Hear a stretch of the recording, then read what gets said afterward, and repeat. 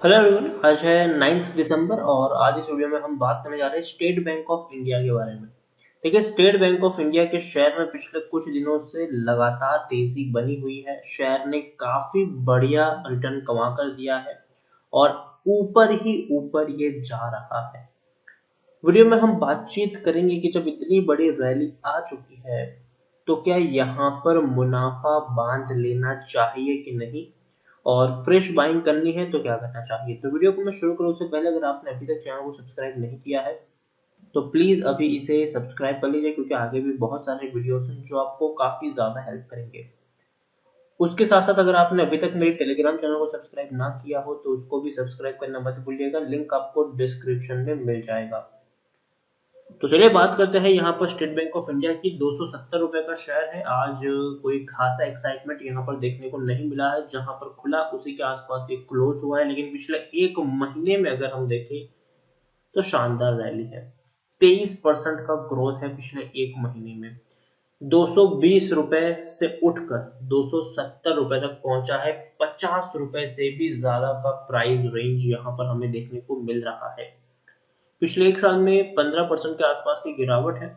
आप देखिए, pre Covid level का जो इसका हाई था वो तकरीबन तकरीबन 330 रुपए के आसपास था।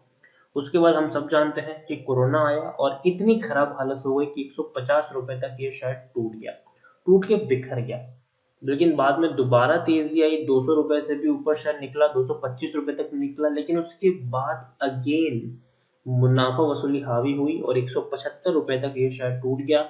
अब फिर से तेजी आई है और डेफिनेटली काफी लोगों के मन में ये सवाल जरूर होगा कि क्या अब यहां से एग्जिट कर ले या नहीं।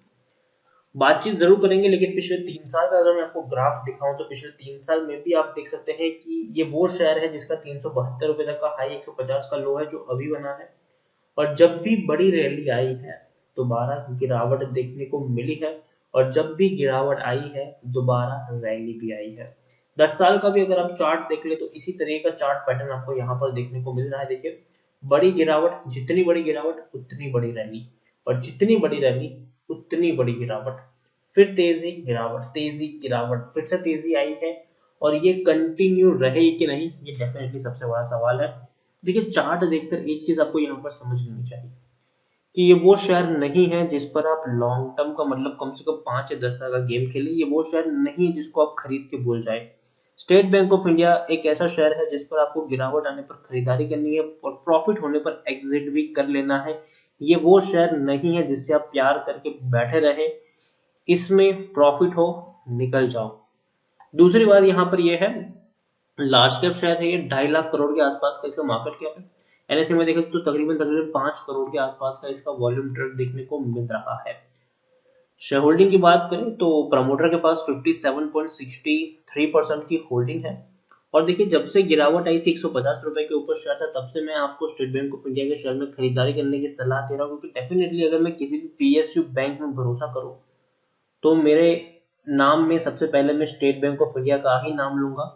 क्योंकि देखिए, एक ट्रस्ट है स्टेट बैंक ऑफ इंडिया कि कभी भी ये डूबेगा नहीं, और गिरावट अगर आएगी भी तो उससे कई ज्यादा बड़ी दोबारा से हमें तेजी भी देखने को मिल जाएगी। सरकारी बैंक है ये, और जब भी कुछ होगा सरकार पैसे भी इसे पैसा डाल ही देगी। और दूसरी बात है कि ऑलरेडी पिछले कुछ क्वार्टर से, कई सालों से ये बैंक जो है वो अच्छा खासा प्रॉफिट कमा रही है।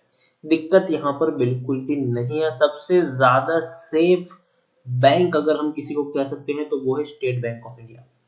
57.63% की होल्डिंग है, एफएस के पास 7.75% की होल्डिंग है, म्यूचुअल फंड के पास 12.95% की होल्डिंग है, इंश्योरेंस कंपनी के पास 11.33% की होल्डिंग देखने को मिल रही है। जैसे कि मैंने कहा कि सरकारी बैंक है तो प्रेसिडेंट ऑफ इंडिया सबसे बड़े प्रमोटर है 56.92% की होल्डिंग के साथ। एक भी शेयर गिरवी नहीं है। 67 म्यूचुअल फंड स्कीम और 670 जितने एफआईज का पैसा लगा है। हाईएस्ट पब्लिक शेयर होल्डर में आपको एलआईसी देखने को मिल रहा है 9.88% की होल्डिंग के साथ। इंडिविजुअल इन्वेस्टर होल्डिंग 7.94% के आसपास देखने को मिल रही है। एसबीआई की बात करें तो टेक्निकल रेटिंग अभी भी काफी शानदार है, अभी भी जो ट्रेंड है वो इसका पॉजिटिव है, और अभी भी शेयर सस्ते वैल्यूएशन के ऊपर ट्रेड कर रहा है। जो पी है इसका वो 13.63 है, जबकि इंडस्ट्री पी अभी भी 20 के आसपास है। बुक वैल्यू 233 है, प्राइस टू बुक वैल्यू 1.17 है, ईपीएस 20 के आसपास है और डिलीवरीज 26-27 के आसपास देखने को मिल रही है। According to money control user 76% लोग खरीदने की सलाह दे रहे हैं, 19% लोग बेचने की बात कर रहे हैं, 5% लोग आपको यहाँ पर होल्ड करने की भी नसीहत दे रहे हैं। एक और चीज, जैसे कि मैंने कहा कि हर क्वार्टर में ये वो बैंक है जिसने बढ़िया पैसा कमाया है।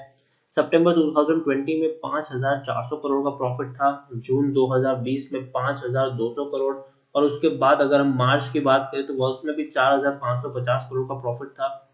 पिछले साल दिसंबर 2019 में 6,800 करोड़ और 3,645 करोड़ तक के भी मुनाफे हम यहाँ पर देख चुके हैं। तो फंडामेंटली अगर हम देखें तो स्ट्रॉन्ग तो है ही, और हर क्वार्टर में एक अच्छा परफॉर्मेंस दिखाया है, सस्ते वैल्यूएशन के ऊपर अवेलेबल है, अच्छी खासी लिक्विडिटी है इनकी, नेट एनपीए और ग्रोस एनपीए में भी अच्छा खासा सुधार हमें देखने को मिल रहा है। एफआईएस इंश्योरेंस कंपनी और म्यूचुअल फंड के पास भी एक बहुत ही बढ़िया होल्डिंग है, काफी बड़ी होल्डिंग है उनके पास, और प्रमोटर के पास भी अच्छी खासी होल्डिंग देखने को मिल रही है। स्टेट बैंक ऑफ इंडिया के बारे में अगर मैं कहूँ तो मैं यही कहूंगा अभी के वक्त में कि अगर आपने खरीदारी नहीं की है, अगर आपने अभी भी स्टेट बैंक ऑफ इंडिया में खरीदारी नहीं की है, तो मेरे हिसाब से अभी मुझे लगता है कि शायद एक डाउन ट्रेड की शुरुआत हो सकती है। 220 रुपए का ये 220 रुपए से उठकर एक महीने में 270 रुपए पर आया है, थोड़ी सी प्रॉफिट बुकिंग शुरू होगी और मुझे लगता है कि दोबारा से ये 250 रुपए तक भी जा सकता है। तो अभी 270 रुपए के लेवल पर मेरी खरीदने की सलाह नहीं है, और जिन्होंने ऑलरेडी खरीदारी की है उनको क्या करना चाहिए, तो अगेन मैं कह दूं कि अगर आप शॉर्ट टर्म के निवेशक हो, मतलब आपने सिर्फ ट्रेडिंग पर्पज से यहाँ पर खरीदारी की है, तो आप चाहे तो प्रॉफिट बुकिंग कर सकते हैं, डेफिनेटली आप प्रॉफिट में ही होंगे, तो आप प्रॉफिट बुकिंग कर सकते हैं।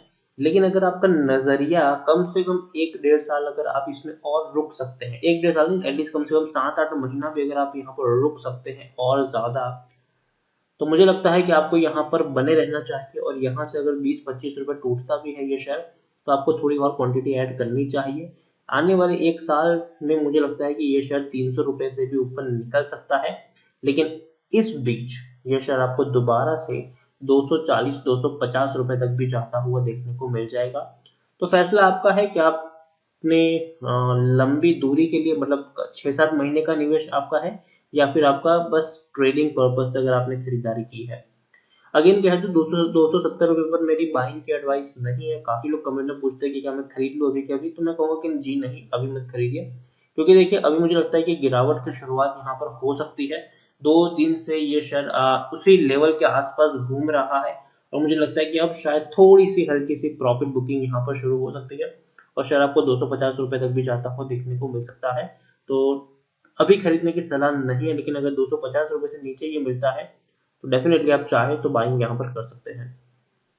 तो वीडियो को यहीं पे एंड करूंगा। अगर आपको वीडियो पसंद आया हो तो प्लीज इसे लाइक करें, शेयर करें, चैनल पर पहली बार तो प्लीज सब्सक्राइब करें, और स्टेट बैंक ऑफ इंडिया के बारे में आप क्या सोचते हैं वो भी आप मुझे कमेंट में लिखकर बता सकते हैं। Thank you.